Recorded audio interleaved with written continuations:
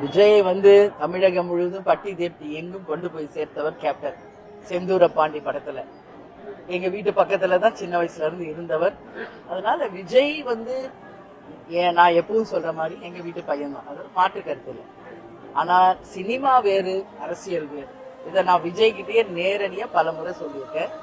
ஆனாலும் அவர் இன்னைக்கு அவ்வளோ பெரிய பிசினஸை விட்டுட்டு, அவ்வளோ பெரிய இன்னைக்கு ஒரு சினிமா துறையில இருந்து எல்லாத்தையும் விட்டுட்டு இன்னைக்கு அரசியலுக்கு வரார்.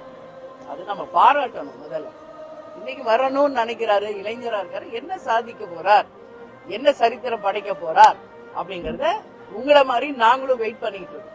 முதல்ல அவர் நாளுக்கு நாலு ரூம்ல உட்காந்து பேசுறது விட்டுட்டு பொது வேலைக்கு வரணும், மக்களை சந்திக்கணும், பத்திரிகையாளரை சந்திக்கணும், மக்கள் பிரச்சனையை கையில் எடுக்கணும்.